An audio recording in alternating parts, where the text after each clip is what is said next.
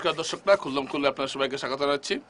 দর্শকরা, আপনাদের কাছে অনুরোধ, যারা এই ভিডিওটি দেখছেন তারা অবশ্যই, যারা ইউটিউবে দেখছেন তারা অবশ্যই সাবস্ক্রাইব করবেন, এবং যারা ফেসবুকে দেখছেন তারা অবশ্যই লাইক করবেন, কমেন্ট করবেন। তো আজকে আমি যে বিষয়টার উপর আলোকপাত করতে যাচ্ছি সেটা হলো একটু ধলাই কেন্দ্র নিয়ে একটু আলোচনা করে নিই। কারণ এবার নির্বাচন সেপ্টেম্বরে অনুষ্ঠিত হবে, সম্ভবত 8 তারিখ বা 7 তারিখ ধলাইয়ে উপনির্বাচন অনুষ্ঠিত হবে সিদ্ধান্ত নেওয়া হয়েছে। ধলাই আসন উপনির্বাচন মূলত হচ্ছে এই জন্য, যেখানে লোকসভা নির্বাচনে ধলাই বিধানসভা কেন্দ্রের যিনি বিধায়ক ছিলেন পরিমল শুক্লবৈদ্য, তিনি লোকসভা সাংসদ নির্বাচিত হয়েছে, তার সভাপতি তার আসনটা খালি হয়েছে এবং এই আসনে এবার উপনির্বাচন হচ্ছে। এবং উপনির্বাচনকে কেন্দ্র করে কংগ্রেস এবং বিজেপি দুই দলের মধ্যেই তৎপরতা এখন তুঙ্গে। তবে বিজেপির তৎপরতা এবং কংগ্রেসের তৎপরতার মধ্যে একটু পার্থক্য রয়েছে।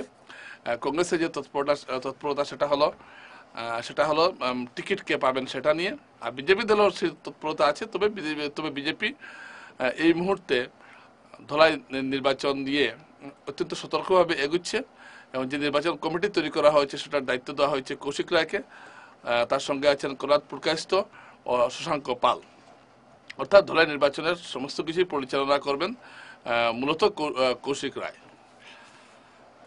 তো আমি একটা বিশেষণ আগেই বলেছিলাম যে ধলাই কেন্দ্রে বিজেপির যে প্রার্থিত্বের যে দাবিদারগুলো উঠে আসছেন তাদের মধ্যে আছেন, আমরা দেখতে পাচ্ছি নিহারঞ্জন দাস আছেন, অমিয়কান্তি দাস আছেন, সুবোধ দাস আছেন, এ ধরনের কিছু নাম উঠে আসছে।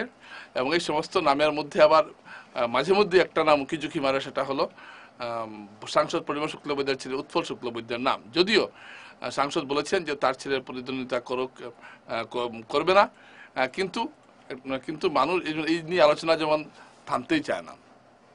দু একদিন আগে আমরা গিয়েছিলাম ধলাই এলাকায় কিছু পর্যবেক্ষণের জন্য। এখানে দেখলাম যে কারো বিজেপি দলের কোনো কর্মকর্তাই বললেন না যে পরিমল শুক্লবৈদ্যর ছেলে নির্বাচনে দাঁড়াতে ইচ্ছুক বা কিছু, কিন্তু ঘুরে ফিরে কিন্তু এই নামটা কিন্তু আসছে। এটা একটা আশ্চর্যের একটা বিষয়, কেউ দাবি করেননি কিন্তু নাম আসছে। এর কারণ সোশ্যাল মিডিয়ায় উৎপল শুক্লবৈদ্যের নামটা উঠে আসছে। এবং আপনি ধলাই যেদিকে যাবেন দেখবেন নিহারঞ্জন দাস হোর্ডিংয়ে ছয়লাপ, আপনি আইডংমারা যান, আপনি দুয়ারবন যান, আপনি ধলাই যান, সব জায়গায় তো বোঝা গেল। এবং সাব ডিভিশনাল এসসি বোর্ডের তিনি চেয়ারম্যান, সেই হিসাবে তিনি বিজেপি টিকিটের দাবিদার। অমিয়কান্তি দাস প্রবল দাবিদার, এবং অমিয়কান্তি দাস তিনি লোকসভায় বিজেপি টিকিটের দাবিদার ছিলেন, এবার বিধানসভাতেও তিনি একটি বিজেপি টিকিটের দাবিদার হয়েছেন।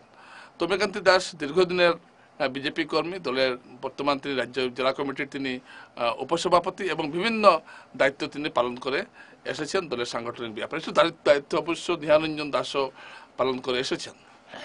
আর সুবোধ দাস আইরংমারা, তার রাজনীতি পুরোটাই আইরংমারা, তার রাজনীতি পুরোটাই ধলাই কেন্দ্রিক। তিনি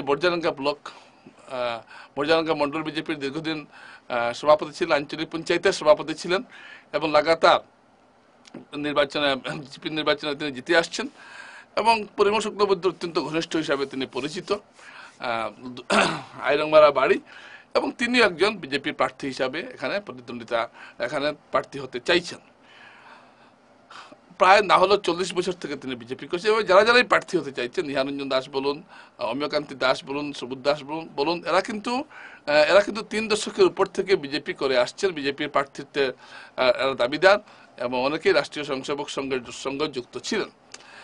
তো বিজেপি কাকে টিকিট দিবে সেটা এখন পর্যন্ত কিছু আন্দাজ করা যাচ্ছে না, কোনোদিন যায়ও না।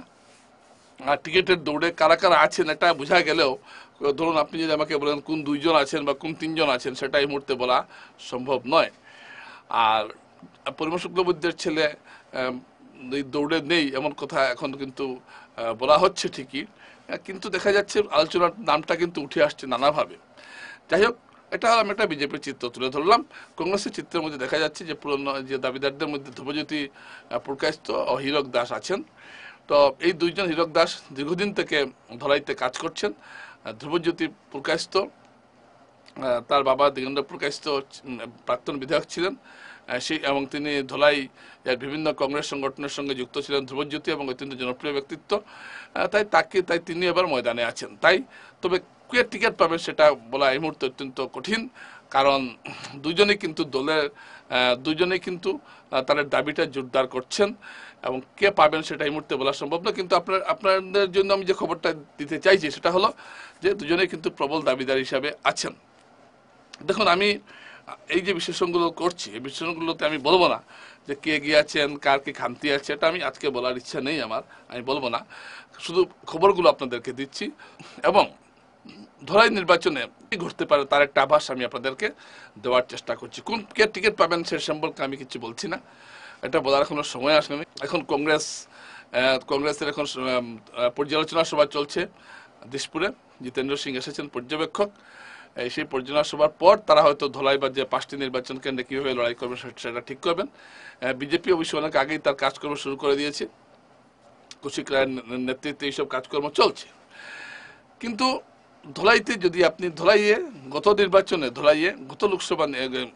লোকসভা নির্বাচনে ধলাইয়ে বিজেপি 1 লক্ষেরও প্রায় 1,07,000 ভোট পেয়েছিল, অর্থাৎ প্রায় 60,000-এর মতো বেশি ভোট পেয়েছিল বিজেপি এবং সবচেয়ে বেশি লিড ছিল বর্জালেঙ্গা ব্লকে। কিন্তু এর অর্থ এটা নয় যে বিধানসভা নির্বাচনে একই ঘটনা ঘটবে। বিধানসভা নির্বাচন অন্য একটা নিরীক্ষে হয়। এছাড়া লোকসভা নির্বাচনে ধলাইয়ের যে মানচিত্র ছিল এটা এই নির্বাচনে বদলাবে, কারণ এই নির্বাচনে ডিলিমিটেশনের আগে যে ধলাই ছিল সেই হিসেবে এবার নির্বাচনটা হচ্ছে। তাই এখানে কয়েকটা জিনিস লক্ষ্য করার মতো, সেটা হলো যে সংখ্যালঘু ভোটার সংখ্যা কিন্তু অনেক বেশি থাকছে, যেটা লোকসভা নির্বাচনের যে ধলাইয়ের বিধানসভা কেন্দ্র সেটাতে কম। কিন্তু পুরনো ডিলিমিটেশনে যে ধরাই ছিল তাতে বেশি ছিল এবং সেটাই থাকছে এবার। এটা কংগ্রেস প্রার্থীর জন্য একটা প্লাস পয়েন্ট আপনারা বলতে পারেন। 2 নম্বর, গত নির্বাচনে কংগ্রেস এখানে হেরেছিল কিন্তু 64,000 ভোট পেয়েছিল। এটা একটা দেখার মতো বিষয়। কংগ্রেস প্রার্থী করেছিল কামাখ্যা মালাকে, কিন্তু কামাখ্যা প্রসাদ মালা ওই সময় ক্যান্সার রোগে আক্রান্ত ছিলেন, ভালো করে প্রচার করতে পারেননি, যার জন্য তিনি যে চা বাগান এলাকায় অনেক ভোট তিনি পাননি। পেরে কিন্তু এখানে কিন্তু একটা জোরদার লড়াই হতো। যাই হোক, ঠিক 1921-এর কথা আমি বলছি। তো 2024 এসে যে 2021-এ কতটুকু পুনরাবৃত্তি ঘটবে সেটা মুশকিল। কিন্তু সাধারণ একটা ট্রেন্ড হলো উপনির্বাচনে সরকারপন্থীরাই বিজয়ী হন, কারণ তখন সরকার বিভিন্নভাবে এখানে প্রচারে মন্ত্রীরা আসেন এবং যে কোনো একটা কেন্দ্রে সরকার অনেকটা মনোনিবেশ করতে পারে। তো সেই হিসাবে কিন্তু বিজেপি অনেকটা সুবিধা থাকতে পারে ধলাইয়ে। কিন্তু তারপরও প্রশ্ন অনেকগুলো থেকে যায়। ধলাই স্বাভাবিকভাবে যদি আপনি ধলাইকে দেখেন তাহলে আপনি এক কথায় বলা উচিত যে বিজেপি এখানে বিশাল সংখ্যায় জিতবে, কারণ এটা একটা সাংঘাতিকভাবে হিন্দু অধ্যুষিত একটা আসন। কিন্তু এটা বাস্তবে দেখা যায় কিন্তু একটা লড়াই হয়ে যায় এখানে। এবং সেই লড়াইটা কেন হয়, এর কারণটা হলো স্থানীয় কিছু ভাষিক সাম্প্রদায়িক ব্যাপার অনেকগুলো এখানে কাজ করে। এগুলোকে এড়িয়ে কেউ ধলাইয়া রাজনীতি করতে পারবেন না। যদি কোনো রাজনৈতিক দল প্রার্থী দিতে ভুল করে তাহলে তার খেসারত দিতে হয়। কংগ্রেস গত নির্বাচনে একজন হিন্দিভাষীকে প্রার্থী করেছিল, ভেবেছিল 4 শ্রমিক ভোট পেয়ে যাবে এবং বাঙালি হিন্দু ভোট কিছু এবং মুসলমান ভোট মিলে একটা জয়ের জায়গা তৈরি হবে, কিন্তু বাস্তবে এটা ঘটেনি। তাই সবসময় যে নিজের সম্প্রদায়ের মানুষ ভোট দিয়ে দিবেন এমন কিন্তু নাও হতে পারে। দেখা গেছে 4 শ্রমিক ও হিন্দিভাষীরা পরিমল শুক্লবৈদ্যকেই ভোট দিয়েছেন। তো সবসময় যদি আপনি ভাবেন যে অমুক কমিউনিটির হলেই তাকে ভোট দিয়ে দেবে, এটা অনেক ক্ষেত্রে হয় কিন্তু বেশিরভাগ ক্ষেত্রেই হয় না। তাই ধলাইয়ের এই নির্বাচনে কংগ্রেস হোক বা বিজেপি হোক, তারা প্রার্থী কিভাবে তারা দিচ্ছে সেটার উপর অনেক কিছু নির্ভর করবে। আবার পরিমল শুক্লবৈদ্য যে পুরো ধলাইয়ে বিজেপি সংগঠনকে একসঙ্গে নিয়ে চলতে পেরেছিলেন, এটা কি তার বদলে যিনি আসবেন তিনি কি সেই কাজটা করতে পারবেন এবং তাকে পরিমল শুক্লবৈদ্য কতটুকু সহযোগিতা করবেন সেটাও একটা বড় প্রশ্ন।